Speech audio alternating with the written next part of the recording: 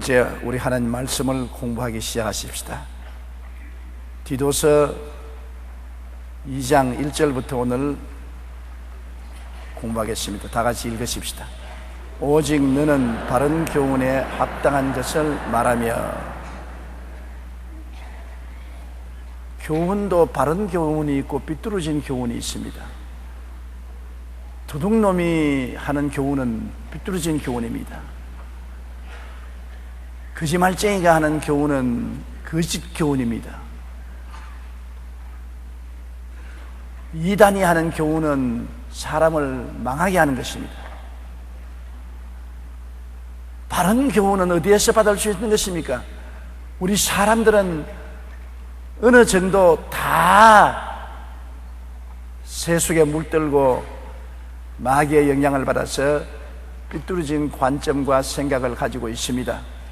완전히 올바른 생각을 가지는 분은 예수님 이외에는 안 계십니다. 우리가 바른 교훈을 얻으려면 성경으로 찾아가야 되는 것입니다. 성경은 하나님이 성령으로 영감해서 주신 말씀이라 하나님은 진리인 것이요 하나님께는 비뚤어짐이 없습니다. 하나님은 빛이시라 그 안에는 어두움이 없나니라고 했습니다. 사람들은 다 그들 속에 어두움이 어느 정도 다 있는 것입니다. 어느 사람 말도 온전하지 못합니다. 다 자기 자랑하지. 우리 대통령 후보 중에 한 분이 자기 자랑을 하다가 혼이 났는데, 그거 있을 수 있는 일인 것입니다. 자기가 도와서 해준 일도 자기가 한 것처럼 자랑을 하다가 요사이는 비디오가 있어가지고서 찰칵 찍혀가지고서 큰 혼이 났는데, 사람들은 모두 다 자기 자랑을 하고 과장해서 말하고 삐뚤어지게 말할 때가 많습니다. 그러므로 사람의 말을 그대로 다 액면으로 받아들이면 안 됩니다. 실제 그렇잖아요. 여러분도 남편에게 거짓말 많이 하지요. 속으로는 거짓말이면서 겉으로는 얼굴에 철판 딱 깔고서 이야기하지 않습니까? 저도 우리 집 사람에게 거짓말 많이 합니다. 얼굴로 철판 깔고 찬반처럼 말하지요. 그러나 속으로는 내가 거짓말한다. 양심의 고통이 오지요. 그래도 빨간 거짓말은 아니니까, 하얀 거짓말이니까. 제가 옛날에 돈이 생기면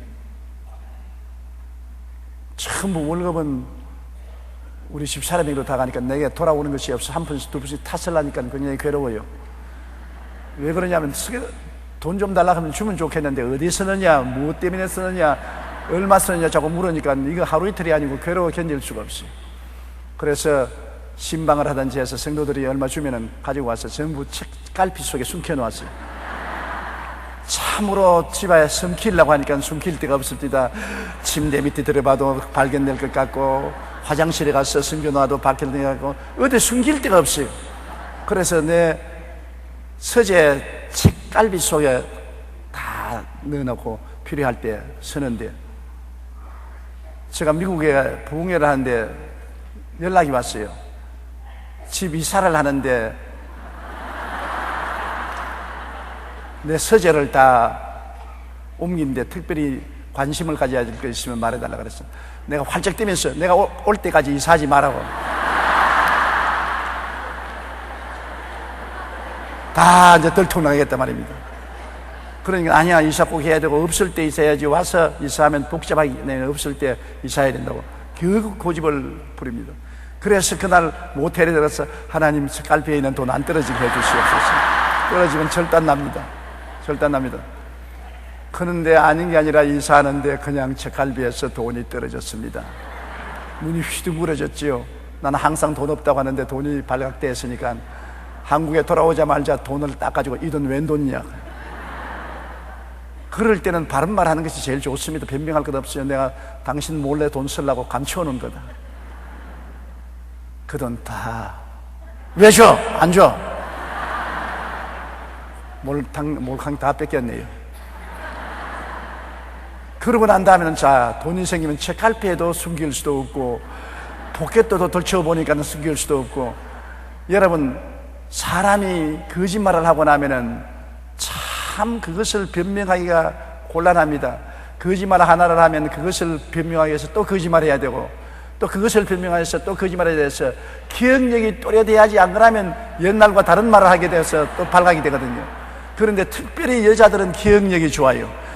무슨 말하면 당신 전에 이렇게 말했는데 왜 이 말을 이렇게 하느냐고 말이죠. 얼루무리도 안 돼요. 그러므로 거짓말은 안 하는 것이 제일 좋습니다. 무엇 하더라도 참말을 하고 사는 것이 좋은데, 그래도 인생을 사는데 기름을 치고 유하게 하기 위해서 조금씩은 거짓말을 하는 것입니다. 그래서 거짓말을 좀 하더라도 알고서 눈 감아줘야 돼요. 나는 우리 집사람이 저게 거짓말 할 때 알아요. 이제 오래 같이 살았기 때문에 거짓말하면 눈끝이 발발 떨리거든. 거짓말 하는구나. 알아도 모른 척하고, 그래? 그렇군. 그럼 속으로는 거짓말 하지 말아라. 내가 다 안다. 그래도 알고 속아 넘어가주면 편안하죠. 그걸 자꾸 따지면 뭘 하는 것입니까? 큰 손상을 입히려는 것이 아니고 모든 것을 잘하려고 하는 것이기 때문에 그냥 넘어가죠.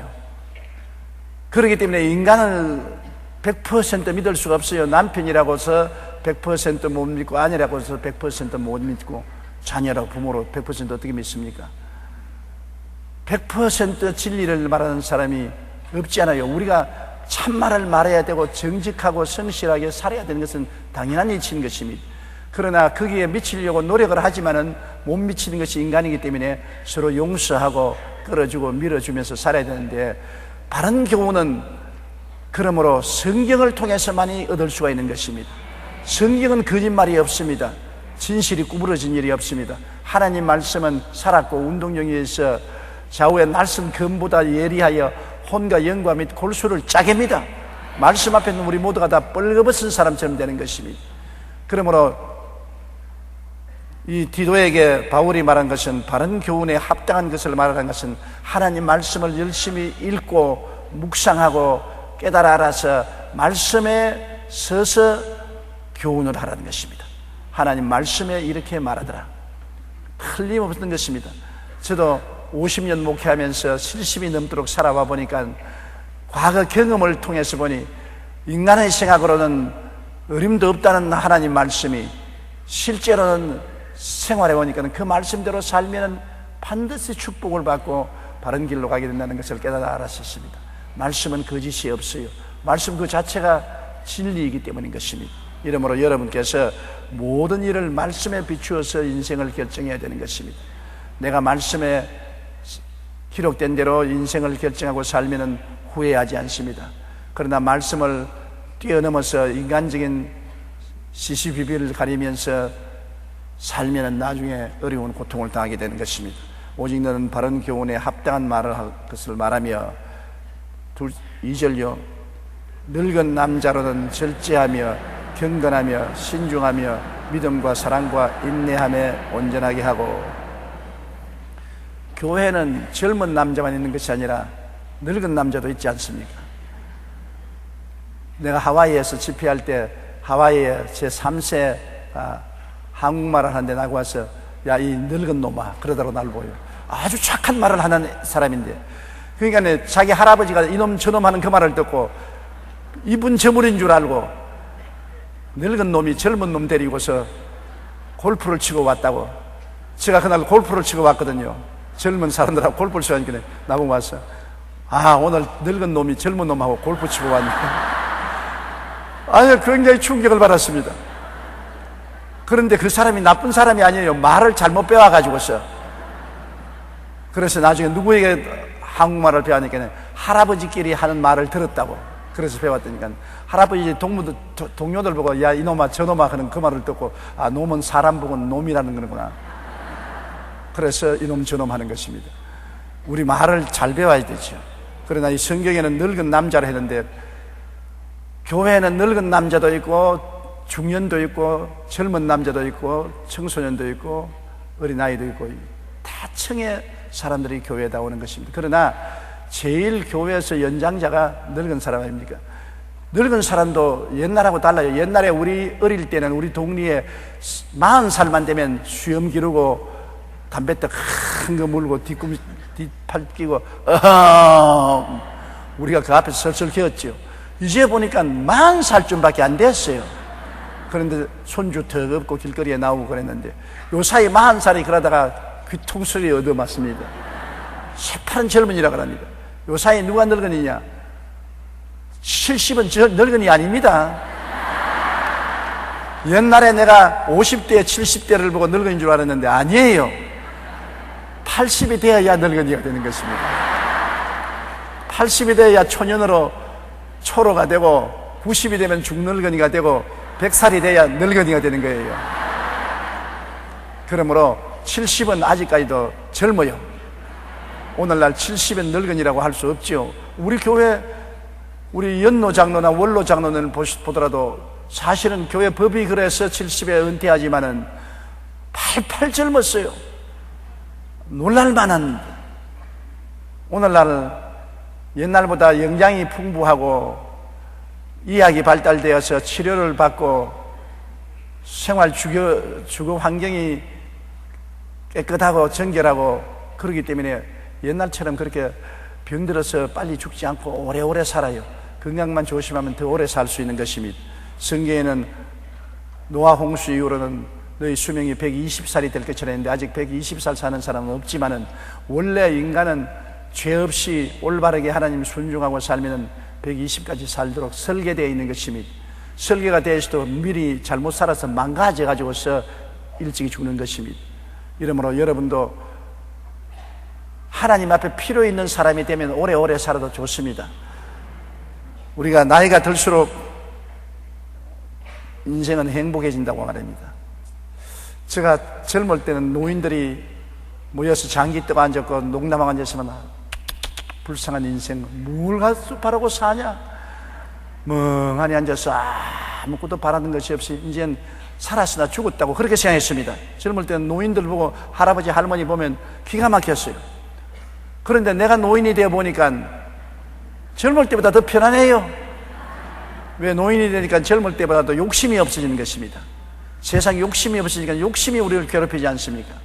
그리고 세상 정욕이 없어지니까 괴로움이 없어지는 것입니다. 마음에 싸움이 없어지는 것입니다. 그리고 별로 먹고 싶은 생각도 없고 안 먹고 싶은 생각도 없고 그 탐욕이 있으면 사라지니까 마음에 첫째 평안한 것입니다.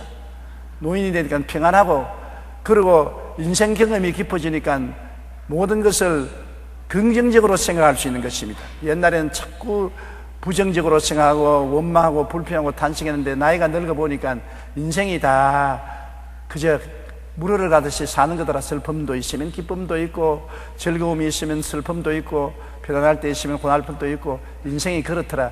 인생을 긍정적으로 바라보게 되는 것입니다. 부정적으로 바라보지 않게 되는 것입니다. 이러므로 반드시 노인이 되었다고 여러분 슬퍼할 필요 없는 것입니다. 노인이 되면은 육체적인 생활은 점점 사라지지만 정신적인 생활, 영적인 생활이 더 깊어지는 것입니다. 그렇기 때문에 나이 먹는다고 탄식하지 말고 더 긍정적으로 인생을 살면 나이 많아도 편안하게 살 수 있지요. 선교사로 유명한 스탠리 존스 박사는 말년에 자기의 체험을 근거로 노년기에 있는 사람들에게 다음과 같은 것에 유의해야 나이가 들어도 계속 성장할 수 있다고 말했었습니다. 어떻게 하냐면, 첫째로 날마다 무엇인가 새 것을 배우려고 힘써라.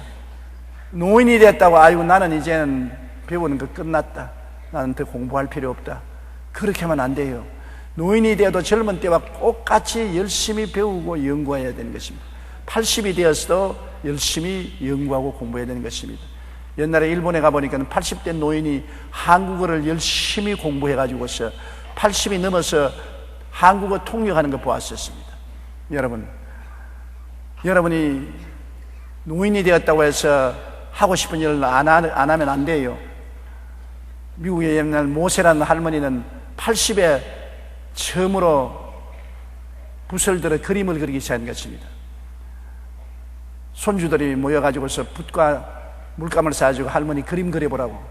한평생 전업주부로 살아서 그림 그릴 줄 모르는데 그려보라고 해서 그림을 그리기 시작했는데 탁월한 재능을 발견하고 80에 그림을 그리기 시작해서 90에 그림 한 장에 수백만 원씩 팔리고, 오늘날 미국의 전시장에 그 할머니의 그림이 전시되어 있는 것입니다. 80에 그림을 그리기 시작해서 90이 넘어서 저명한 화가가 된 것입니다. 이와 같이 여러분 늙었다고 해서 몸이 늙었지 마음이 늙은 것도 아니고 정신이 늙은 것도 아닌 것인데 자꾸 마음을 쓰면은 마음이 젊어져요. 그러므로 무엇인지 열심히 하세요. 늙었다고 주저 앉아있어서 포기하면 안 되는 것입니다. 새 것을 자꾸 배워요. 그리고 둘째는 누군가의 친절을 베풀어야 되는 것입니다. 늙었다고 해서 자꾸 대접받으려고 하면 더 늙어지는 것입니다. 내가 대접받으려고 하지 말고 남을 대접하고 친절을 베풀어서 마음도 몸도 늙었다는 생각을 하지 말아야 되는 것입니다. 늙은이 취급을 받으면 점점 더 늙어져요. 내가 왜 늙었어? 내가 왜 대접을 받아? 물 떠올 건 내가 떠먹고, 내가 옷 입을 건 내가 옷 입고, 신발은 내가 간추어 신고, 아직 전부 남보고 와서 도와달라. 신신 껴라, 옷 벗겨라, 옷 입혀라, 양말 신겨라, 양말 벗겨라. 그럼 빨리 캑하고 죽어버리고 마는 것입니다. 젊었다고 생각하고 남을 도와주고 스스로 활기 있게 살아야 인생이 젊어지는 것입니다. 셋째로 소극적이 되지 말라. 늙었으니까 자꾸 뒷자리에 앉는데 소극적으로 하지 말고 적극적으로 해요.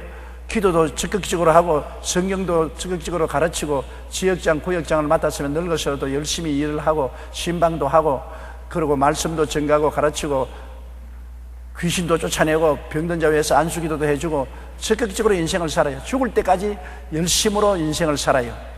열심을 버리면 안 되는 것입니다. 죽는 그날까지 열심히 사는 것입니다. 인생이란 나이로 가지고서 따져서는 안 됩니다. 이제는 젊었으나 늙었으나 인생을 사는데 좀 더 육체적인 힘이 있느냐 없느냐 그 차이가 있지 정신은 같은 것입니다. 그렇기 때문에 열심으로 인생을 살아야 되는 것입니다. 그리고 넷째로는 날마다 감사할 조건을 찾으십시오. 이게 우리 노인들이 조심해야 될 것은 늙으면 불평을 많이 합니다. 원망을 많이 하는 것입니다. 가족들에게 대한 불평도 있고 자녀들에 대한 불평도 있고 이웃에 대한 불평과 원망이 있는 것입니다. 그러지 말고 노인이 될수록 잔소리하지 말고 자꾸 감사를 해야 돼요. 매일같이 주위에 감사할 일을 찾아서 그저 감사합니다. 그저 감사하고 긍정적이고 밝고 맑고 환하게 살아야 돼요. 노인이 자꾸 찡그리고 불평하고 원망하고 잔소리하면은 사람들에게 밉비움을 받고 안방으로 밀려나지 않습니까? 쾌활하고 명랑하고 상쾌하고 즐거우면 얼마나 좋습니까? 노인은 늙었다고 해서 바보가 되는 것 아닙니다. 늙을수록 인생 경험이 많기 때문에 지혜가 있는 것입니다. 나이가 먹을수록 인생 지혜가 있는 것입니다. 옛날 고려조 시대에 정성이 있었는데 그 어머니가 나이가 많으니까 그때는 나라 법으로 나이가 많으면 고려장을 해야 되는 것입니다. 굶어지고 산속 깊은 곳에 가서 그냥 며칠 먹을 음식과 양식을 주고는 내버리고 나옵니다. 그러면 그것을 먹고 굶어 죽든지 짐승에 물려 죽는 것입니다. 그런데 할 수 없이 나라 법이 그러니까 이 정성도 어머니를 지게 싣고서 깊은 산에 들어가서 어머니를 내려놓으니까 어머니가 아들과 야야 길을 잃지 말고 집에 돌아가기 위해서 내가 너에게 옆에 오면서 나무가지를 꺾어가지고서 하나하나 던져놓았다. 그 아들이 어머니를 업고 오는데 자꾸 어머니가 손을 내밀어서 나무가지를 꺾어서 던지고 나무가지를 꺾어서 던지니까 노망이 걸려서 그런 줄 알았는데 어머니 하는 말이 네가 돌아갈 때 길을 잃어버릴까 싶어가지고서 나무가지를 꺾어서 놨으니까 조심해서 나무가지를 보고서 길을 찾아가라. 그 말에 너무나 감동이 돼서 어머니를 버리고 올 수가 없습니다. 그래서 야라 국법이 그러더라도 어머니를 숨겨놓고 모시하겠다고 도로 엎고서 집에 돌아와서 골방에 숨겨놓고 공양을 했습니다. 그런데 나라에 큰일이 생겼습니다. 당나라가 고려를 시험하려고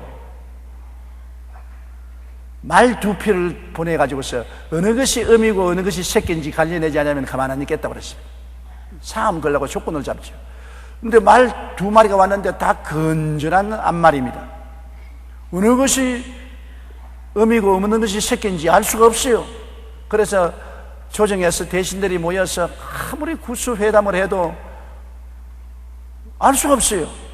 그래서 정성이 집에 와서 고민을 하니까 그 노모가 하는 말이 무엇 때문에 고민하느냐, 정사에 무슨 괴로움이 있느냐.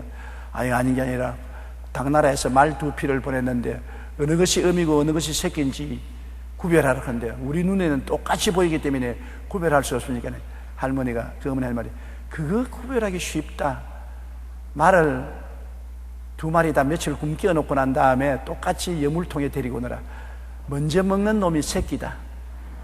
나중 먹는 것이 애미다. 어떻게 그렇게 합니까? 너는 부모가 되어서 그것도 모르냐? 아무리 굶어도 부모는 음식이 생기면 새끼부터 먼저 먹이고 남는 거 먹는단다. 사람이나 짐승이나 부모와 자식은 같단다. 한번 그래보라. 그래서 조정에 들어가서 며칠 동안 말을 굶기고 난 다음에 여물통에 여물을 잔뜩 넣어서 두 말을 데리고 오니까 한쪽 말은 막 옆에 살펴보지도 않고 그냥 팍팍팍팍 먹는데 다른 말은 옆을 자꾸 쳐다보면서 떨어진 거 주워 먹고 떨어진 거 주워 먹거든. 그러니까 팍팍 먹는 것이 새끼고 눈치 봐가면서 먹는 것이 애미다. 당나라 사신이 가슴을 치고 놀라면서 고려에는 어떻게 이렇게 지혜로운 사람이 있느냐고. 그 임금님도 감탄을 하면서 이 정승 보고 어디에서 그런 지혜를 하니까 사실은 고려장 하라고 국법에 있는 우리 어머니를 산에 버리려 갔다가 돌아오고 와서 골방에 숨겨놓았었습니다. 이 어려운 문제를 어머니하고 의논한 결과에 어머니가 가르쳐줘서 그렇습니다. 그러므로 고려장을 없애주시옵소서. 노인이라고 해서 버림받아서는 안 됩니다. 이런 지혜를 가지고 있습니다. 어머니가 아니었으면 우리 고려는 당의 빌미를 잡아서 큰 낭패를 당할 뻔당했습니다. 그래서 그로 말미암아 고려장의 제도가 없어졌다는 이야기가 있는 것입니다. 나이 늙었다고 병신으로 생각하면 안 됩니다.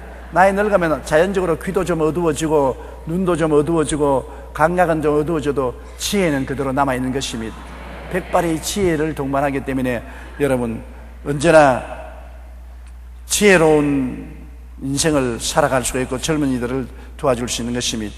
그리고 다섯째로 육체적인 활동의 최악에 신경 쓰지 말고 영적 활동을 더 많이 하라는 것입니다.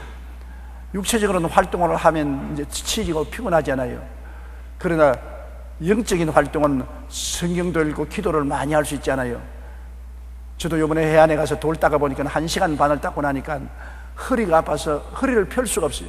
밤에 와서 다리가 아파 혼났습니다. 왜냐하면 쪼그리고 앉아서 돌을 닦았더니만 다리에 경련이 생기고 허리가 아프고 애를 먹었어요.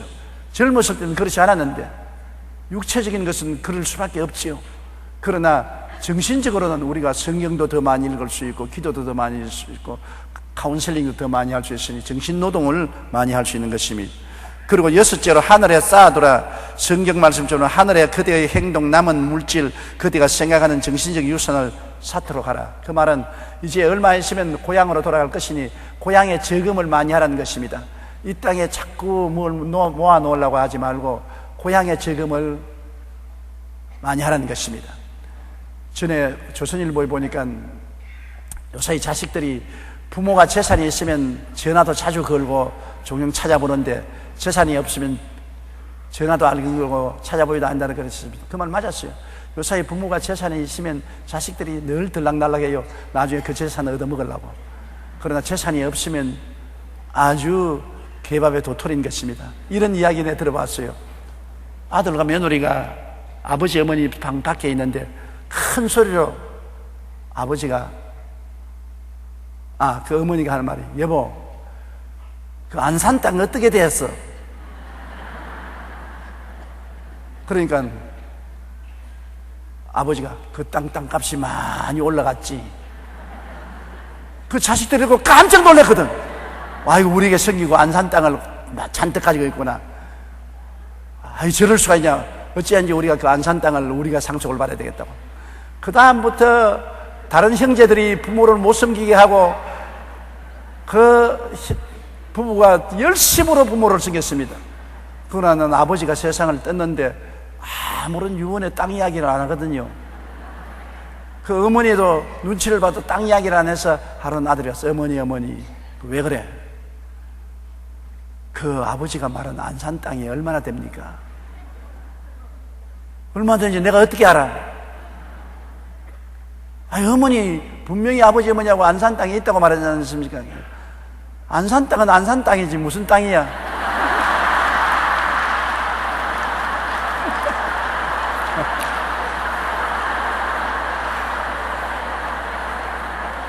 깜짝없이 속아버리고 말한 것입니다.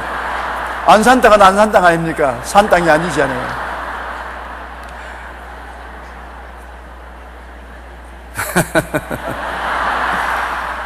이 세상에 있는 땅은 있어봤자 소용이 없어요. 내 먹을 것, 입을 것, 있을 것이 있으면 하늘에 보화를 쌓아주는 것이 제일 현명한 일이지요. 자식들에게 물질을 상속해도 당연지사로 생각하고 그것 때문에 깊이 고맙다고 생각하지 않은 것입니다. 어느 며느리가 시어머니하고 쇼핑을 갔는데, 시어머니가 꽤 잘 사는 집 시어머니인데 자꾸 좋은 가방도 사고 명품도 사니까 며느리가 이마살을 찌푸리면서 전부 내 돈 쓴다고. 저것도 왜 내 돈 쓰냐? 내 돈 쓰냐? 시어머니 돈, 자기 돈이라고 생각하고 있으니까. 시어머니가 죽으면 자기에게 유산이 올 줄 알고 저거 내 돈 쓴다고 불평을 하다는 것입니다. 자식들에게 재산 물려줘도 그것으로 말미암아 오히려 더 노력 안 하고 살려고 애쓰고 고맙다고 생각 안 하니까 재산이 있으면 여러분 자신을 위해서 쓰고 그보다 먼저 하늘나라에 쌓아놓는 것이 제일 좋습니다. 천국에 올라가서 여러분의 계좌에 아무것도 없으면 얼마나 부끄럽습니까?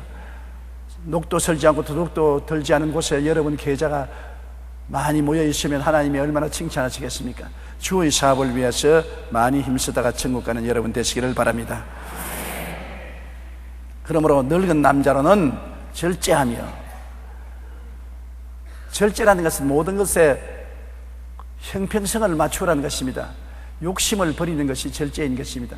나이 늙으면, 전에 늙은 우리 선배 목사님을 만났는데 나보고 하는 말이, 늙으면 젊을 때보다 다른 게 뭔지 알아. 무엇인지 가지고 싶어. 쓸데없는 산도 가지고 싶다. 내 이름으로 자꾸 가지고 싶다. 의지할 것도 없으니까 무엇라도 좀 의지하고 싶어서 소유하고 싶은 탐욕이 생긴다. 그렇게 말합니다. 그런데 나는 아직 안 늙은 증거가 나는 가지고 싶은 생각이 하나도 없어요. 자꾸 주고 싶은 생각만 있지 가지고 싶은 생각이 없으니까 아직 안 늙은 줄 생각하는데, 여러분이 무엇이 자꾸 움켜쥐고 싶거든 늙은 줄 아십시오. 절제해서 적당하게, 밥도 적당하게 먹고 잠도 적당하게 자고 생활도 적당하게 하고 소유도 적당하게, 그렇게 해야 하나님 앞에 올바른 삶을 살 수 있다. 늙어서 자꾸 과욕을 하면 안 된다. 늙으면 늙은 대로 그 분수에 따라서 살아야지 욕심을 내면 안 되는 것입니다. 절제는 늙은이만 그런 것이 아닙니다. 젊은이들도 다 절제해야 되지만 늙은이가 더 젊은이보다 욕심이 많다고 합니다. 그러므로 적당하게 절제하면서 살라고 성경은 말하고 있는 것입니다. 늙은 남자로는 절제하며 경건하며, 경건한 것은 거룩하게 사는 것을 말하는 것입니다. 늙어서 추태를 부리면 얼마나 더럽지 않습니까? 젊어서 추태를 부려도 별로 더럽지 않지만 늙어서 추태를 부리고 술 먹고 길거리에서 들어누워서 오줌 싸고 도박하고 다니고 욕설하고 다니면 얼마나 더럽습니까?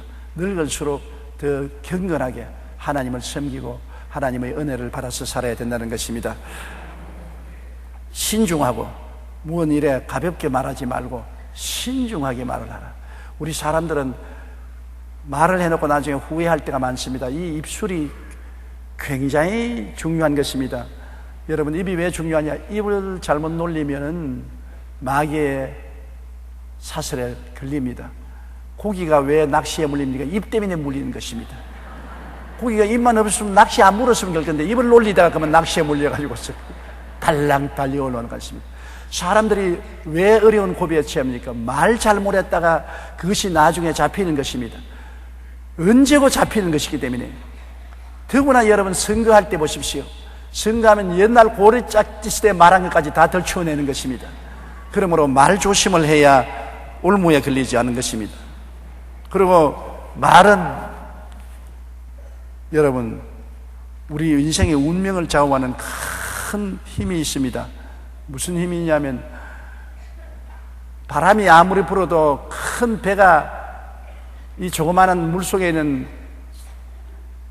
키로 좌우로 움직입니다. 방향타가 있어가지고 그 큰 배가 왼쪽으로 가고 오른쪽으로 가는 것은 눈에 안 보이는 저 뒤쪽에 있는 이 방향타가 있어요. 이렇게 움직이면 배가 그대로 가는 것입니다. 야고보서에 혀는 배의 키와 같다고 말하는 것입니다. 폭풍에 물려가는 배가 적은 키로 가지고서 방향타로 움직이는 것처럼 인생도 혀가 우리 가는 방향을 움직인다는 것입니다. 혀가 요거 자꾸 부정적인 말을 하면 부정적인 방향으로 인생이 가고, 혀가 긍정적으로 말하면 긍정적인 방향으로 인생이 가고, 혀가 못 산다 하면 온 몸이 못 산 대로 가고, 혀가 잘 산다면 잘 산 대로 가고, 여러분의 혀가 인생의 방향을 잡는 것입니다. 성경이 그렇게 말했어요. 성경은 참말을 말하는 것입니다. 혀가 눈에 안 보이고 적지요. 보이기는 보이지. 혀를 빼면 보이기는 보이지만은, 그러나 팔다리처럼 눈에 안 보이고 적은 기관이지만은, 그러나 혀가 여러분의 운명을 좌우한다는 것입니다. 그렇기 때문에 말에 신중해야지요. 말은 씨가 된다는 말이 있지 않습니까? 씨를 심어놓으면 언제고 싹이 나서 열매를 맺지 않아요.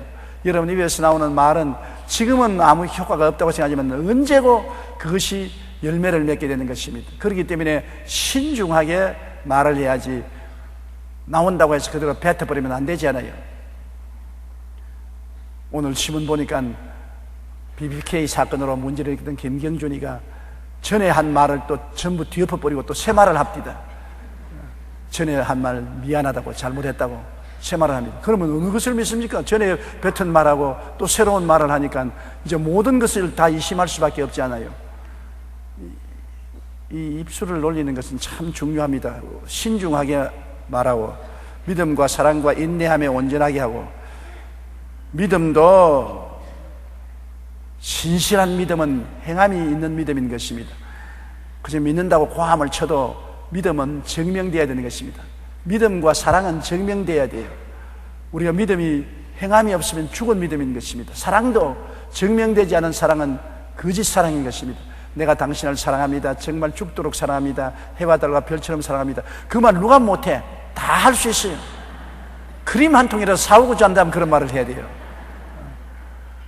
사람이란 그냥 믿습니다 한다고 믿을 수 없어요. 믿음의 증거를 내는데, 우리가 제일 믿음의 증거는 하나님 앞에 물질에 있는 것입니다. 내가 물질을 하나님께 아끼지 않고 드릴 수 있으면 믿음이 있는 사람인 것입니다. 물질을 아껴서 하나님께 드리지 않으면서 하나님 믿는다고 하면 그것은 포장된 거짓인 것입니다. 사랑도 한 가지죠. 사랑도 하나님이 세상을 이처럼 사랑하사 뭐 했습니까? 주셨지요. 사랑은 주는 것입니다. 아무것도 안 주고서 사랑한다는 것은 그건 거짓말인 것입니다. 이러기 때문에 노인이 될수록 더 신중하게 믿는다면 행함이 있는 믿음을 가지고, 사랑한다면 행함이 있는 사랑을 가져야 되는 것입니다. 우리가 애국에 애족한다고 하면서 나라를 사랑하면은 반드시 나라가 큰 어려움에 처했을 때 우리가 가서 몸들이고 시간 들이고 물질 들여서 봉사하고 헌신하는 것도 나라를 사랑한다는 증거가 되는 것입니다. 이러므로 신중하며 믿음과 사랑과 인내함에 온전하게 하라. 믿음도 오래 참아야 되는 것입니다. 믿는다고 해서 즉시 그 자리에서 모든 것이 이루어지지 않습니다. 아브라함은 아들을 줄 것을 믿고 25년을 기다려야 되는 것입니다. 야곱은 기나긴 13년 동안 고통을 당했습니다. 그리고 국무총리가 되었습니다. 모세는 광야에서 40년 동안 기다렸습니다. 믿음은 기다리는 거예요. 믿는다고 해서 즉시 이루어지는 것 아닙니다. 인내의 시험을 통하는 것입니다. 그러므로 사랑도 인내가 따라야 되는 것입니다. 어머니가 자식을 사랑할 때 얼마나 인내합니까? 진자리 마른 자리 갈아 놓으며 손발이 다닳도록 수고하고 인내하지요. 당장 안 자른다고 후리 때리면 죽지 않아요. 양자로 입양한 어린아기를 울고 똥 싸고 오줌 산다고 양어머니가 때려서 죽인 것이 미국에 사건이 생겨서 검찰에 양어머니가 잡혔지 않습니까? 그게 친어머니 양어머니 다르지 않습니까? 친어머니 같으면 똥 싸고 오줌 산다고 때리겠어요? 똥 오줌 다 받아내고 씻어주지요. 양어머니니까 솟아난 사랑이었기 때문에 참지 못하고 똥 오줌 싸고 운다고 때려서 죽여버린다. 그런 일이 있는 것입니다. 사랑도 인내가 사랑을 온전케 하는 것입니다. 늙은 남자로는 절제하며 경건하며 신중하며 믿음과 사랑과 인내함에 온전하게 하고, 그다음 셋째요, 늙은 여자로는 이와 같이 행실이 거룩하며 모함하지 말며 많은 수로의 종이 되지 아니하며 선한 것을 가르치는 자들이 되고.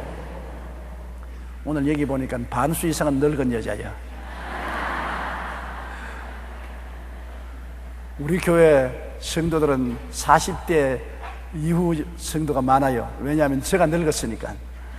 저와 같이 신앙을 하고 온 사람들은 벌써 세월이 오래되어서 늙은 분들이 많은데, 교회가 안정된 것은 나이가 먹은 사람들이 많으면 교회가 안정됩니다. 왜? 나이 먹은 사람들은 바람 부는 대로 물결 치는 대로 흔들리지 않아요. 일편단심, 일편단심 무슨 꽃이라고요? 민들레. 나이가 먹은 사람은 교회 나와도 한 교회 일편단심 민들레야. 변하지 않아. 그런 젊은 사람은 바람 부는 대로 물결천으로 자꾸 변화되니까 교세가 움직이지만 우리 교회는 교세가 안 움직이는 것은 민들레 꽃이 많기 때문에 그래요. 그리고 나이가 많은 늙은 분들이 계신 곳에는 교회가 봉사활동을 많이 할 수 있어요. 왜? 돈은 젊은이가 있는 것이 아니라 나이 먹은 사람이 돈이 있어요. 안정된 가정생활을 하고 있는 사람들이 다 나이 먹은 사람이기 때문에 하나님께 11조와 헌금을 많이 드림으로 선한 사업을 많이 할 수 있어 좋은 것입니다. 그리고 또 나이 먹은 사람이 좋은 것은 젊은 자녀들을 많이 전도해서 끌고 나오는 거예요. 젊은 사람은 부모들을 데리고 나오는 게 별로 없지만은 나이 먹은 사람은 젊은 아들, 딸, 며느리, 손자, 손녀들을 교회로 많이 데려가는 게 교회 부흥이 잘 되는 것입니다. 그러므로 나이 많은 분들이 교회에 있는 것이 절대로 교회 지장이 되는 것은 아닙니다. 나는 자랑스럽게 생각하는 것입니다. 우리가 나이가 먹어서 천당은 가지만은 그러나 후손들을 다 우리가 드리는 교회로 이끌고 와서 채워놓고 가기 때문에 절대로 빈자리를 남겨놓지 않은 것입니다. 여러분이 꼭 세상 뜰 때는 자녀들 갖다 놓고 마지막 유언을 하세요. 내 죽고 난 다음 내 자리는 너희가 채워라. 다른 데 하지 말고 여의도 순복음교회 가라. 자기 자리는 채워놓아야 될 것 아닙니까? 그렇게 하는 것이 좋다고 저는 생각을 합니다. 늙은 여자로는 이와 같이 늙은 남자와 같이 행실이 거룩하며 늙은 여자가 될수록 행실이 거룩하면 젊은이에게 존경을 받지요. 행실이 방종하면 존경을 받지 못하지요. 늙어서 그냥 자꾸 술타령이나 하고 싸움이나 걸고 방종을 하면은 아주 손가락질 받지 않습니까? 늙을수록 허물이 많아요. 젊은 사람은 쉽게 허물을 용서해 주지만 나이 먹은 사람이 저렇게 한다고 손가락질 하거든요. 그러므로 나이 먹을수록 우리는 행실이 거룩해야 되고 모함하지 말아야 되며, 나이 많은 사람들이 모이면 남의 이야기하기 좋아하지 않아요. 남의 이야기할 거리가 없으니까 모함을 해야 이야기가 되는 것입니다. 이야기를 만들어내야죠. 사람이 끝없이 이야기가 있을 수 없지요. 그 이야기를 만들어내야죠. 남의 집 아들 이야기, 남의 집 며느리 이야기, 더구나 며느리 이야기 많이 하지요. 늙은 아주머니들이 모이면은 서로 자기 아들 흉은 별로 안 보고 며느리 흉을 많이 봅니다. 아이고, 교육받은 것들 요새 갖다 놓으니까 아침에 늦잠 자고 아침 식사도 안 해주고, 어떤 부부가 상당히 잘 사는 부부인데 미국에 가서 미국에서 공부하던 여자를 구해서 결혼을 하고 집을 가정을 사는데, 그거 가가지고서 집도 사주고 자동차도 사주고 아들 며느리는 신바람이 났지요. 그런데 그 노인 부부가 아침마다 굶어요. 노인이 되면 일찍 깨지 않아요. 저도 아침 4시 내지 5시면 아무리 잘라도 안 자져요. 눈이 반짝반짝해 있거든요. 그러면 노인들이 예수를 안 믿으면, 예수 믿는 사람은 기도하고 성경 읽는데 예수 안 믿으면 뭘 먹고 싶어요. 아침 일찍부터 군것질을 하고 싶은데. 그런데 아무리 봐도 아버지 어머니 방에다가 과자 부스러기 하나 안 갖다 놓아요. 젊은 애들이 모르지 않아요. 노인 모시면 꼭 먹을 것, 마실 걸 갖다 놔야 돼요. 여기 젊은이 있으면 내 말 꼭 들어놓았어요. 꼭 방에 먹을 것이 떨어지면 안 돼요. 노인이 되면은 군것질을 많이 합니다. 한꺼번에 밥을 많이 못 먹기 때문에 과자나 눈깔사탕이나 빵이나 마실 거 꼭 노인들 방에는 갖다 놓아야 돼요. 그런데 미국에 가 있으니까 아이 부부가 노인에게 이런 먹을 것을 안 주고, 그 다음에는 아침이 배가 고파 못 견디겠는데 아침을 안 해주거든요. 늦잠을 주고 해줘야 말을 하지. 그러고 난 다음 아침에 늦게 일어나서 저희들끼리 빵 구워가지고서 몇 조각 먹고서 노인에게도 빵 몇 조각 주니까 배가 고파 견딜 수가 없는데, 부부간에 아들, 딸, 며느리가 다 출근하고 오래 난 다음 자동차 운전을 할 줄 아나, 어디 쇼핑을 할 줄 아나. 미국에 있는 동안 철철 굶었어요. 그런데 하루는 아들 데리고서 어디 쇼핑에 좀 데려달라고 그래서 오후에 가서 먹을 것을 잔뜩 가져왔어요. 가져와서 손주가 있기에 손주를 불러다가 야, 이거 좀 먹으라고. 그 할아버지 할머니가 먹으면서 손주에게 먹였다. 손주가 맛있다고 먹고서 밑에 어머니에게 자랑했더니 엄마가 손주를 갖다 놓고 막 때렸다. 그렇지 않더라도 몸무게 나갈까 내가 걱정하는데 소아 뭐라 합니까? 비만증에 걸리면 어떻게 하냐고 때리니까 애가 막 울고 야단이고 다시는 안 먹을게 고함을 칩니다. 그러니까 시어머니가 가만 보니까 자기 때린 것 같거든. 손주에게 시어머니가 먹으라고 했는데 그걸 갖다가 그냥 공개적으로 때리가 울고 불게 하고 나중에 손주가 뛰어 달아나서 할머니여서 할머니 나 과자 이제 안 먹어. 엄마가 때렸어. 엄마가 아주 할머니가 괘씸하게 되겠습니다. 조금만 더 때렸으면 뛰어내려가서 큰 호통을 치려고 했는데 그래서 미국에서 돌아올 때 위층에 있는 자기 방을 열쇠를 달라고 했어요. 열쇠를 치워버렸어요. 왜? 내가 사준 집인데 너희가 오니까 아침밥을 해줬나 군것질을 하고 해줬나 이 방은 쓰지 마라. 문 치워버리고 왔다고 그런 이야기를 내가 들었는데요. 그런 이야기를 이제 노인들이 되면 모이면 전부 삼류배자 다 하는 것입니다. 며느리를 갖다 놓으니까 내 며느리가 이렇게 하더라고. 그러면 또 다른 노인이 또 앉아가 우리 며느리도 또 그렇다고 또 그 며느리 이야기하고 하루 종일 며느리 욕하기에 정신이 없습니다. 결국 그 말이 돌고 돌아서 또 며느리 귀에 들어오면 며느리는 또 모이면 시어머니 욕하기에 정신이 없습니다. 왜 빨리 제가 안 죽어서 큰일이다 말이지. 올해도 산다고. 그러니 좋지 않지요.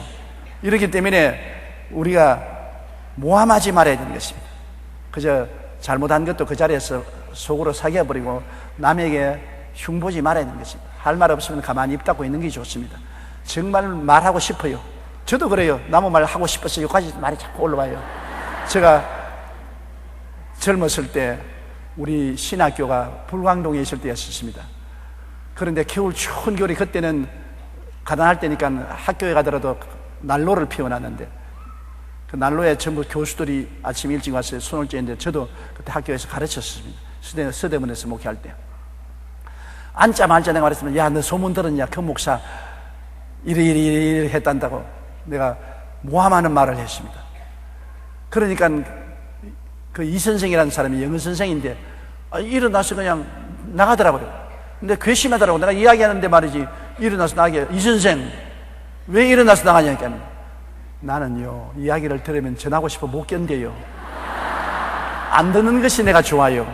내가 지금 조 선생님 말을 들으면 반드시 이 선생에게 내가 전화해가지고서 오늘 조 선생이 우리 교수회에 모여서 이런 이야기 하더라고. 내가 말을 전하게 되면 나만 나빠지지 않아요. 그러니까 안 들을래요. 그래서 나갔는데 내가 충격을 받았습니다. 야, 내가 이게 말꾼이구나. 이 말씀꾼이구나. 느꼈습니다. 그 사람 그 행동이 지금까지도 내 마음속에 박혀 있어요. 정말 올바른 사람이다. 차라리 못 참을 바에는 안 듣는 것이 좋다. 목사 세 사람이 매 월요일마다 모여서 기도회를 하는데 쓸데없는 이야기 많이 하지요. 한 목사님이 우리 오늘 회개를 하자. 우리 회개하고 더 신령한 사람이 되니까 한 사람이 한 말이 나는 사실 정말로 술을 몰래 집에서 목회하면서 마신다. 그러므로 회개해야 된다. 잘못했다고. 그 다음 목사 한 말이 나는 문제가 헌금을 조금씩 또 훔친다. 교회 헌금, 교회 월급이 작으니까 헌금을 조금씩 훔치는데 그 양심에 갇히게 된다. 그러니까 셋째 목사는 나는 나무 말 고자질을 자꾸 하는 죄가 있는데 안녕히 계십시오. 나 가야 돼가 가서 고자질 해야 되겠다고. 안녕히 계십시오. 그런데 나가 이 사람이 그 교회 찾아가서 교인들에게 너희 목사 술 마시고 너희 목사 헌금 도둑질 한다고 풍산을 해서 그 목사들이 회개 운동으로 모였다가 다 쫓겨났다는 말 들었습니다. 이 말 고자질이란 무서워요. 자기는 고자질하고 싶어서 하지만은 다른 사람은 파멸을 당할 수 있는 것입니다. 그렇기 때문에 남의 말 하기를 다 좋아하는 사람에게 쓸데없는 말 했다가 나중에 큰 고통을 당할 때가 많은 것입니다. 모함하지 말아야 되는 것입니다.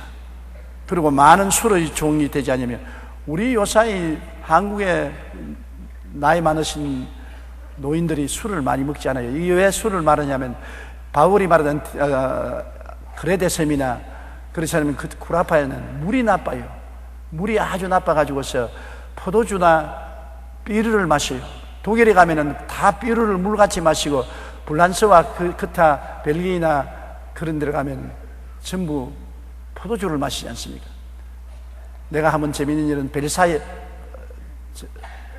불란스의 이름도 잊어버렸네. 그곳에 가서 대집회를 열었는데 굉장히 집회가 잘 됐어요. 그래서 이제 마지막 날에 그 해변가에 큰 잔치를 베풀고 불란서 목사와 장로들이 다 모였는데, 나는 천국 가신 우리 정장로님이라고 했어요. 나 늘 따라다니던 장로님인데, 그 장로님과 함께 그 잔치에 참여했는데 전부 한 사람 앞에 포도주 한 병씩을 내주면서 물은 안 줘요. 밥을 먹으면서. 목이 메어서 견딜 수가 없는데 그 물을 달라니까 굉장히 얼굴을 찡그리면서, 여기는 미국이 아닙니다. 불란서에 오면 불란서처럼 살아야 되고 미국 가면 미국서 살아야지, 여기 와서 물 달라고 하지 마시오 그러더라고. 그 다른 불란서 목사들이 다 있는데 나 혼자 잘난 척도 할 수 없고, 그래서 겨우 부탁을 해가지고서 물을 조금 얻어서 물을 홀짝 마시는데 자꾸 사람들이 조목사 그 병 비우라고 그래요. 병 비우라고. 근데 불란서에는 어릴 때부터 포도주를 마시기 때문에 포도주 한 병 마시도 까딱없는데, 나는 그 손댔다가는 큰일 나겠어요.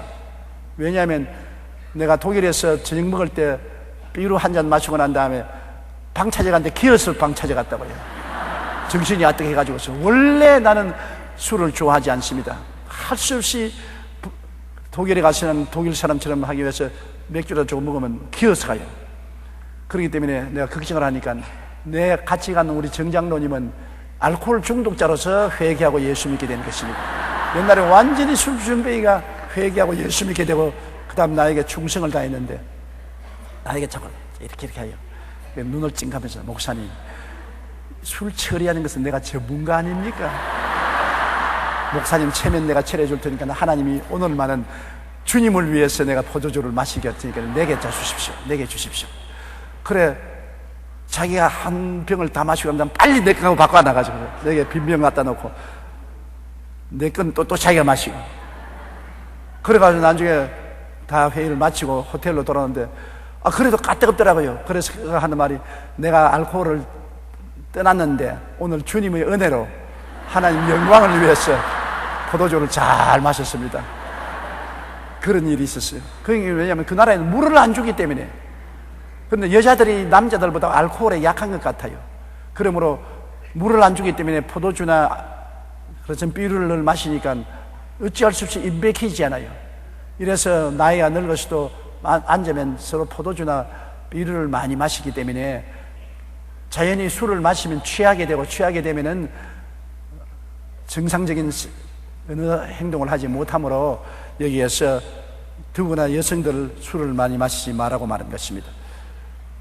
우리 통계에도 보면은 오늘날 우리 한국에도 여성 알코올 중독자들이 많이 생긴다고 했는데요, 오늘 한국의 알코올 중독자의 20%가 여성이라고 말한 것입니다.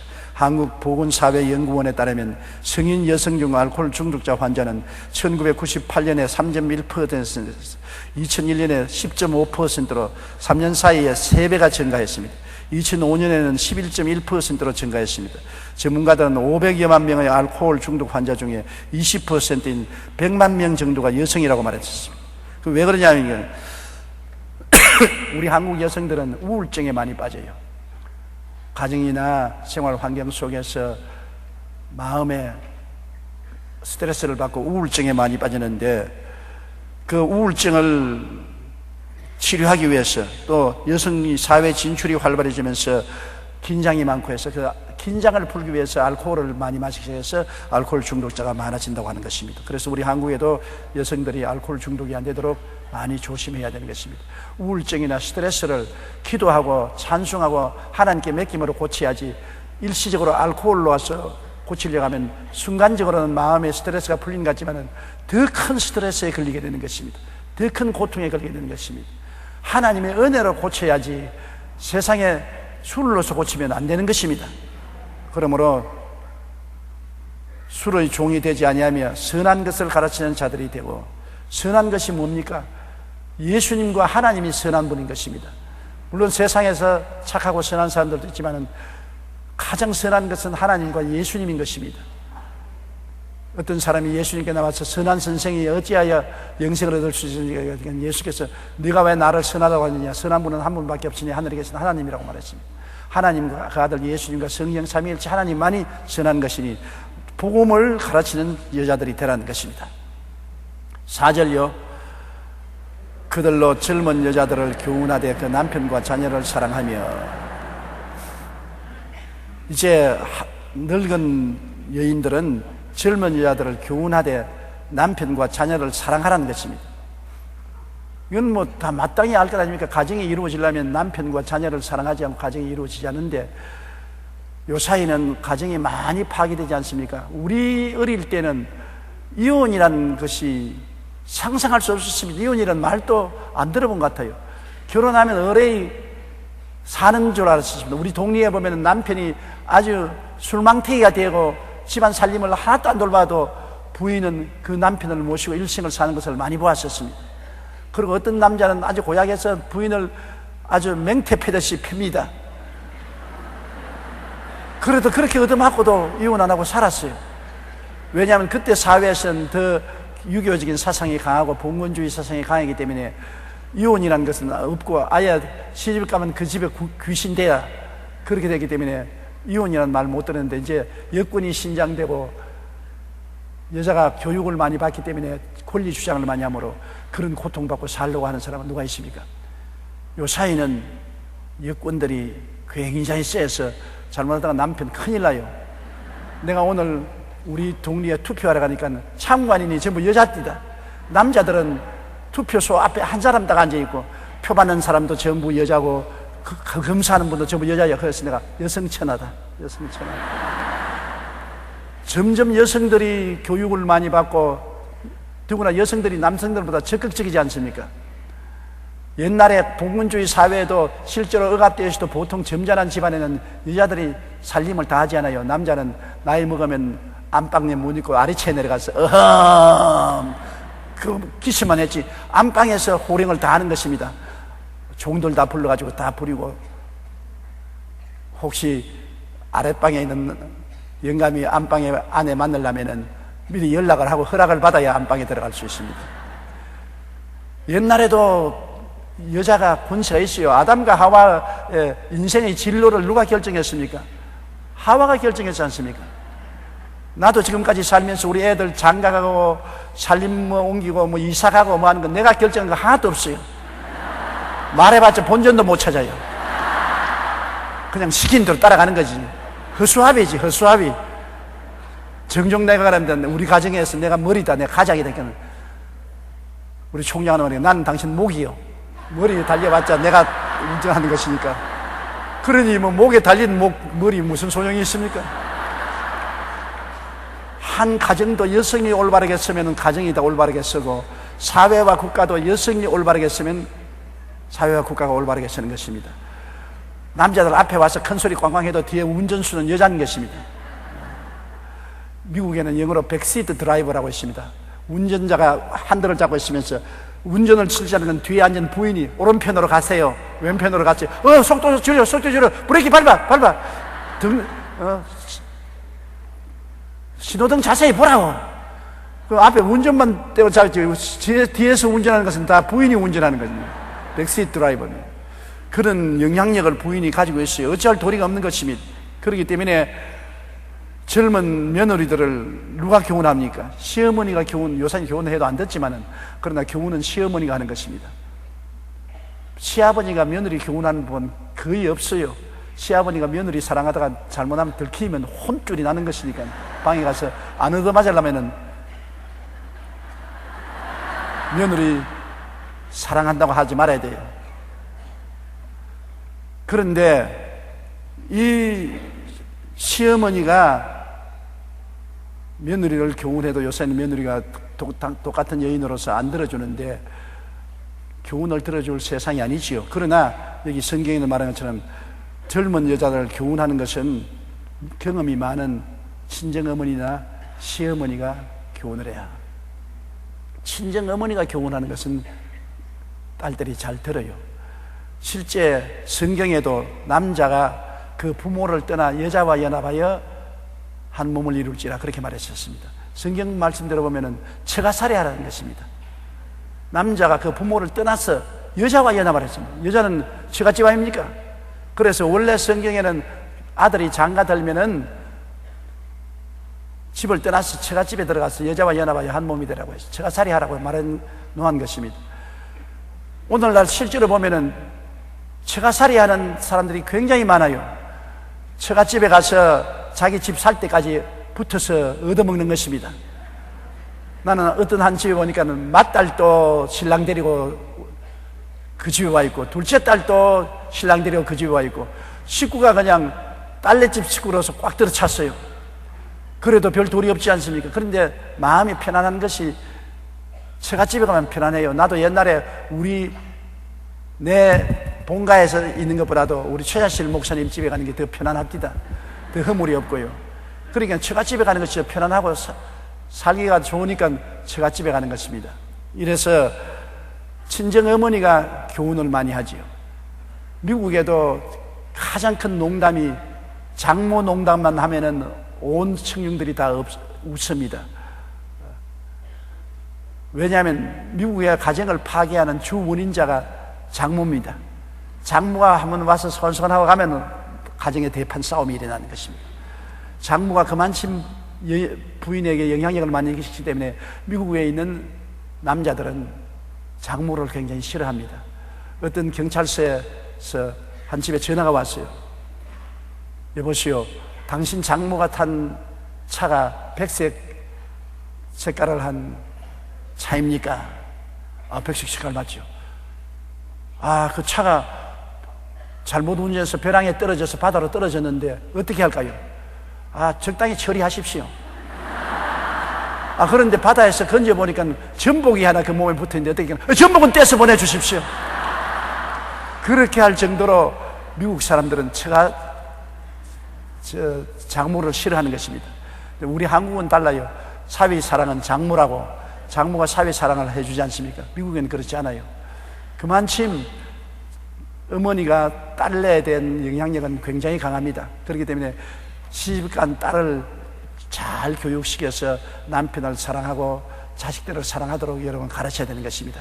가서 자꾸 남편 흉보고 시집 흉보고 그렇게 하면은 가정을 못 살게 하는 것입니다. 시어머니들은 말해봤자 며느리가 속으로 삐죽삐죽하고 안 듣지만 친어머니는 잘 들으니까 친정어머니 된 여러분 딸을 잘 교훈해서 남편 사랑하고 자식 사랑하도록 그렇게 교훈해야 되는 것입니다. 이제는 옛날과 같이 사랑이라는 것이 그냥 상전과 종의 복종 관계가 이루어지는 것이 사랑이 아닙니다. 이제는 함께 동등한 인권을 가지고서 주고받고 하는 것이 사랑인 것입니다. 요사이 어느 남자가 자기 부인 보고 종처럼 부리려고 하다가 성공하는 사람이 있겠습니까? 잘못하다가 얻어맞지.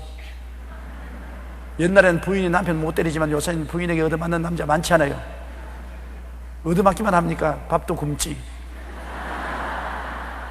제일 나이 먹어서 겁나는 것은 부인이 고음국 하나 끓여놓고 난 다음에 딱 노트를 냉장고에 붙여놓기를 나 우리 친구들하고 일주일 동안 여행하고 올 테니까 고음국 먹으라고 떠나버립니다.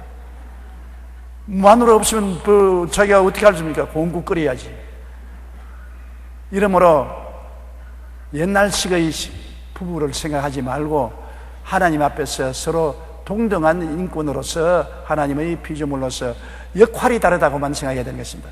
남편은 남편으로서 역할이 있고 아내는 아내로서 역할이 서로 다를 뿐이지 둘이가 함께 손잡고 인생을 뛰는 것입니다. 초등학교 때 여러분 경기하는 중에 발 묶고 경기하는 거 있지 않습니까? 두 사람이 발을 묶고 똑같이 뛰어야지 한 사람이 빨리 뛴다고 1등하는 것도 아니고 늦게 뛰면 또 꼴찌하는 것도 아닌 것입니다. 둘이가 맞춰서 하나 둘 하나 둘 하나 둘 하고 뛰면 이기는데 한 동리에 부부가 있는데 해마다 초등학교에서 발 묶고 뛰게 하는데 부부간에 발을 묶고 뛰는데 그게 1등하고 싶은 생각이 났어. 몇 달 전부터 집에서 발을 묶어놓고 화장실에도 같이 걸어가고 부엌에도 같이 가고 밥도 같이 먹고 잠도 같이 자고 발을 묶고 둘이 살았답니다. 그래서 운동 경기에 나가서 당연히 1등을 했다는 것입니다. 서로 보조를 맞추니까 인생은 서로 보조를 맞추고 살아야 돼요. 남편과 아내가 서로 이해하고 동정하고 사랑하고 인내하면서 보조를 맞추고 살아야지 내 마음대로 뛰겠으니 는 따라만 오라 하면 당연히 마찰이 생기는 것입니다. 옛날과 달라요. 요사이는 여성들이 교육을 많이 받아서 굉장히 현명하고 똑똑해요. 그러므로 현명하고 똑똑한 것을 무시하고 짓밟으려고 하다는 큰 코 다치는 것입니다. 이러므로 젊은 여자들을 교훈하되 그 남편과 자녀를 사랑하게 하며 그 다음 5째로요 신중하며 순전하며 집안일을 하며 선하며 자기 남편에게 복종하게 하라. 이는 하나님의 말씀이 비방을 받지 않게 하려 함이라. 신중하며, 위에도 늙은 남자들도 신중하라고 했는데, 인생을 신중하게 사는 것은 가볍게 경박하게 살다가 넘어지고 쓰러지고 낭패하지 말라는 것입니다. 조심스럽게 인생을 살며 순전하다는 것은 한결같은 마음을 가지고 남편과 자식들을 사랑하고, 이제 세상과 가정을 함께 섞어가지고서 정신 차리지 못하고 그냥 집안일 다 버려놓고 동창회 간다, 그렇지 않으면 교회 모임 간다, 놀러 간다고 집안일 버려놓고 다니면 안 되는 것입니다. 아주 집안에 가면 살림이 엉망인 사람 많아요. 가면 아침 먹고도 그릇 안 씻고, 저녁에 또 먹을 것인데 뭘 지금부터 씻어? 안 씻은 그릇들을 쌓아놓고 빨래하는 것이 구석구석에 빨래가 쌓여있고, 그냥 집안 청소도 잘 안 하고 하는 그런 여자들 요사이 굉장히 많아요. 소위 말하는 신식 교육을 받은 사람들, 일하기 싫으니까 그냥 온 집안을 갖다가 아주 쓰레기 더미를 만들어 놓고 살아요. 남편도 또 익숙해져 가지고 쓰레기 더미 같이 살아요. 우리는 도저히 그건 못 봅니다. 우리는 자다가도 신문지가 삐뚤어져 있으면 일어나서 바로 나와야 잠이 오지, 삐뚤어진 건 못 봐요. 사람 성격 따라 다르겠지만은, 그러므로 순전한 마음은 진실하고 올바르게 살고 세상과 혼탁하게 살지 말라는 것입니다. 순전하며 집안일을 하며, 내 말하는 그대로 아닙니까? 집안일을 잘하라고. 설거지도 좀 하고 집안 소재도 좀 하고 집이 깨끗하게 해서 살만한 곳을 만들어야지요. 선하며, 이거는 정말 여성들이 훈련해야 되는 것입니다. 악한 여자는 무섭습니다. 독한 여자, 악하고 독한 여자 만나면 인생 절망인 것을 알아야 돼요. 왜냐하면 여성들은 말 잘하지 않아요. 나는 한 번도 여성하고 말다툼해서 이겨본 적이 없습니다. 얼마나 말을 잘하는지 미리 싸움하기 전에 내가 연습을 많이 했어요. 내가 논리를 해서 내가 서론은 이렇게 말하고 이론은 이렇게 말하고 결론은 이렇게 말하면 내가 이긴다고 했는데, 말마다 책이 잡혀가지고 지고 말해요. 그러니까 선한 여자를 만나면 이해를 하고 부드럽게 대해주면 괜찮은데, 악하고 독한 여자 만나면 이해도 안 하고 동정도 안 하고 싸납게 핥히고 달라들면 살 수가 없어요. 성경에는 그런 말 많이 했습니다. 싸움 잘하기 원하는 여자하고 큰 집에서 소고기 먹고 사는 것보다도 홀로 산속에서 초가집 짓고 사람을 먹고 사는 게 좋다고 말하는 것입니다. 그러므로 남자들보다 여자들 무섭습니다. 선한 여자는 보배 덩어리입니다. 황금입니다. 그렇기 때문에 결혼할 때 인물만 보고 결혼했다가는 큰일 납니다. 인물 뒤에 독사가 들어있는 사람 많아요. 사람의 성품을 봐야 되는 것입니다. 성품이 선하고 착한 사람은 모든 일에 선하고 착해요. 그러나 성품이 독한 사람은 아무리 인물이 아름답고 몸매가 좋아도 나중에는 그것이 나타나서 불행하게 만들고 말합니다. 젊은이들은 자꾸 인물을 중심으로 보는데, 인물은 늙으면 다 쭈그러지면 50대쯤 되면 똑같아요. 50대 되는 사람 보세요. 다 둥글둥글 뚱뚱 하지. 그게 특별한 인물이 어디 있습니까? 잠시 있다가 사라지는 안개와 같는 것입니다. 마음은 영원히 계속해요. 선하고 착한 마음은 얼마나 아름다운지 몰라요. 그러므로 이것도 성격이 태어나면서 선해야 되겠지만은 후천적으로도 노력을 해야 되는 것입니다. 자기 남편에게 복종하며, 이게 복종하라는 것은 하나님 말씀을 쫓아서 남편을 잘 섬기라는 것입니다. 복종하라고 해서 종처럼 복종하라는 말은 아닌 것입니다. 나는 미국의 어느 남자가 정신병이 걸렸어요. 수술을 하고 난 뒤에 낫지 않고 정신병이 걸려서 집에 왔는데, 부인을 보고 강요를 하는 것입니다. 나가서 몸을 팔아서 돈을 벌어오라고 강요를 하는 것입니다. 그러면서 부인이 안 하겠다고 하니까 성경 말씀에 아내들아 남편에게 복종하기를 죽게 하다라 했다. 그러므로 몸 팔아라. 남편이 막 칼을 들어대고 하니까 할 수 없이 남편 지켜보는 가운데서 창녀촌 앞에 가서 사람을 유인하는데, 마침 처음 유인한 것이 경찰관을 유인을 했어요. 그 자리에서 즉석 체포가 되었습니다. 그래서 신문을 해본 결과에 남편이 정신병에 걸려서 강요를 하기 때문에 할 수 없이 나왔던 살고 무죄 백방이 되었는데, 남편은 또 정신병원에 입원하게 되고. 여러분, 남편에게 복종하라고 하는 데서 몸 팔라고 하는데도 그것도 복종하라고, 도둑질하라고 하는데도 복종을 하면 안 되잖아요. 주님께 복종하듯이 남편에게 복종하라. 하나님의 도를 따라서 남편의 말에 복종하라지 하나님을 저버리고 복종하는 것은 아닙니다. 오늘 교회 가지 마라. 예, 복종하지요. 11조 내지 마라. 예, 복종하지요. 오늘 세속적인 파티에 참석하러 가자.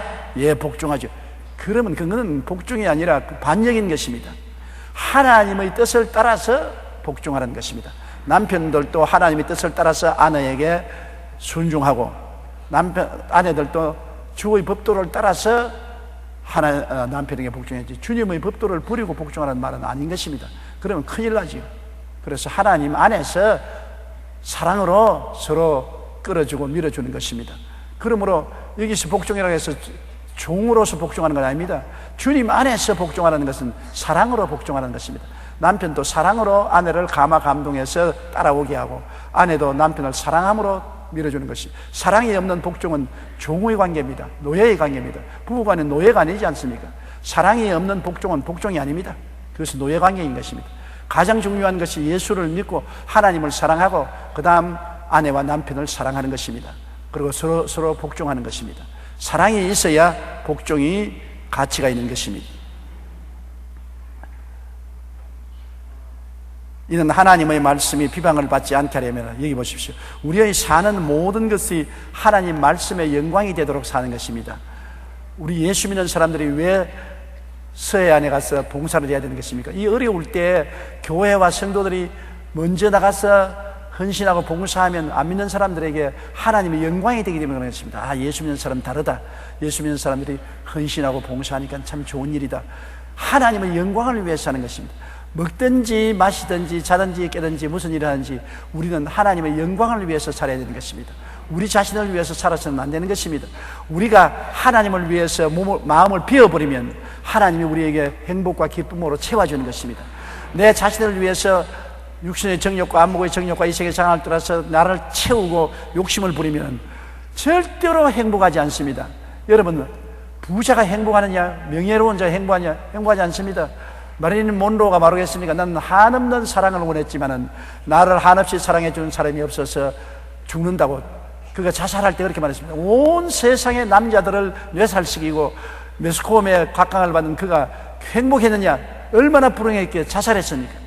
해밍웨이 같은 사람은 노벨 문학상을 타고 돈도 많고 지위와 명예가 있는 분으로 큐바에 별장을 궁궐같이 지어놓고서 장가를 이혼을 2번이나 하고, 그래도 너무 불행해가지고서 사냥총으로 머리에 대고 방아쇠를 당겨서 자살했었습니다. 성경에 보면 세계적인 유명한 무용가 이사도라 둔가는 모든 임금이나 왕족들이나 대통령 앞에서 춤을 추고 만중의 박수 갈채를 받았으면 그 인생 수기에 보면은 그가 무대에서 돌아와서 집에 왔을 때 침대에 엎드려서 한없이 울었다는 것입니다. 너무나 인생이 고독하고 외로워서 울었다. 왜? 인생이 자기의 지위나 명예나 권세나 영광을 위해서 산 사람은 그 마음속에 굉장한 고통이 다가오는 것입니다. 사람은 하나님의 생명을 받아야 살게 되어 있는 것입니다. 옹달샘에서 떨어진 개천은 썩지 않습니까? 자기 중심으로 사는 사람은 언제나 부패가 속에 있기 때문에 고통과 괴로움이 떠나지 않는 것입니다. 누가 행복하느냐? 여러분, 테레사 수녀 같은 사람은 일평생 50년을 가난하고 버림받은 갈가타의 빈민촌에서 봉사하고 살았지만은 지극히 평안하고 행복하고 영광스러운 삶을 사는 것입니다. 왜? 남을 위해서 내가 섬기며 나를 비워버리면 그 비운 만큼 하나님이 채워주시는 것입니다. 하나님의 생명이 우리에게 채워주므로 마음의 삶의 의미와 가치를 깨닫고 행복하고 평안하고 기뻐지는 것입니다. 사실 남을 위해서 봉사하면 고통스러운 것 같지만은 고통과 함께 굉장한 행복이 다가오는 것입니다. 행복이 다가와요. 저희 목회를 해보면 알아요. 제가 하나님 말씀을 전가하지 않고 편안히 있으면 육신은 편안하지만 마음에 행복하지 않아요. 하나님 말씀을 전가하려면 준비도 하고 기도도 해야 되고 또 성도들 앞에 서면 긴장도 해야 되고, 그렇지만은 성도들에게 좋은 꼴을 먹기 위해서 열심히 노력해서 애쓰고 나중에 설교하고 마치면 굉장히 행복해요. 마음에 짜릿한 평안과 기쁨이 다가와요. 그러므로 봉사 뒤에는 반드시 기쁨이 다가오는 것입니다. 봉사가 없는 내 중심의 인생은 포만해지고 비만해지고 고통스럽고 괴로워지는 것입니다. 이렇기 때문에 여러분, 적은 일이나 큰 일이나 봉사를 하십시오. 어머니가 아버지보다 행복한 이유는 어머니는 자식을 위해서 봉사하기 때문인 것입니다. 모든 희생과 봉사를 하기 때문에 어머니는 더 깊은 사랑을 체험할 수 있고 은혜를 체험할 수 있는 것입니다. 오늘 여성들이 남자들보다 교회에 많이 나오는 이유는 하나님의 사랑을 남자보다 더 깊이 느끼는 것입니다. 남자는 자꾸 대우받기를 원하고 자기 중심으로 살기 때문에 하나님의 사랑과 은혜를 느낄 수 있는 마음의 바탕이 안 되어 있기 때문에 구원을 못 받지만은, 여성들은 자식들과 남편을 위해서 헌신 봉사하는 희생의 마음이 많기 때문에 그 빈 마음에 하나님의 은혜로 채워주시는 것입니다. 봉사하십시오. 기회가 있으나 없으나 나를 희생하고 봉사하는 십자가를 걸머지면 질수록 생명의 부활의 역사가 나타나게 되는 것입니다.